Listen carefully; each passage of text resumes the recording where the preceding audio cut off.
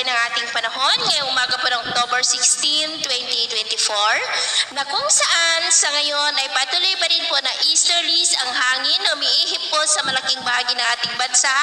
habang may mahinang daloy po ng amihan dyan sa may extreme northern Luzon at mayroon pa rin pong intertropical convergence zone o yung salubungan ng mahangin na mula sa northern at southern hemisphere sa silangan po ng Visayas at Mindanao at posibleng sa susunod na mga araw ay may mabuong sama ng panahon within that ITZZ at ang development ng maya ng ating babantayan kung may matutuloy po o hindi at ito naman ay pinapakita ng forecast model natin pong ginagamit hanggang po sa susunod na 2 linggo. At sa lagay ng ating panahon, ngayong madaling araw ay generally fair weather naman sa malaking bahagi po ng ating bansa pero may chance pa rin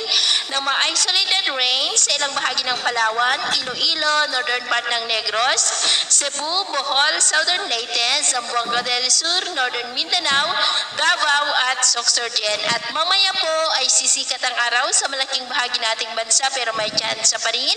ng muulap na kalangitan with isolated rain sa ilang bahagi ng Palawan, Polillo Island,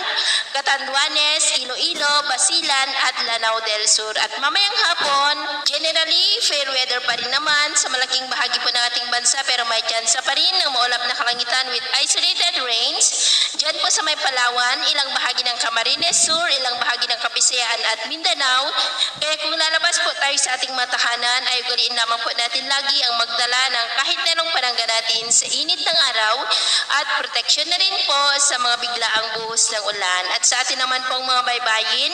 wala naman po tayong nakatas na namang gale warning signals pero ba yung pag-ingat lamang po kung papalaot tayo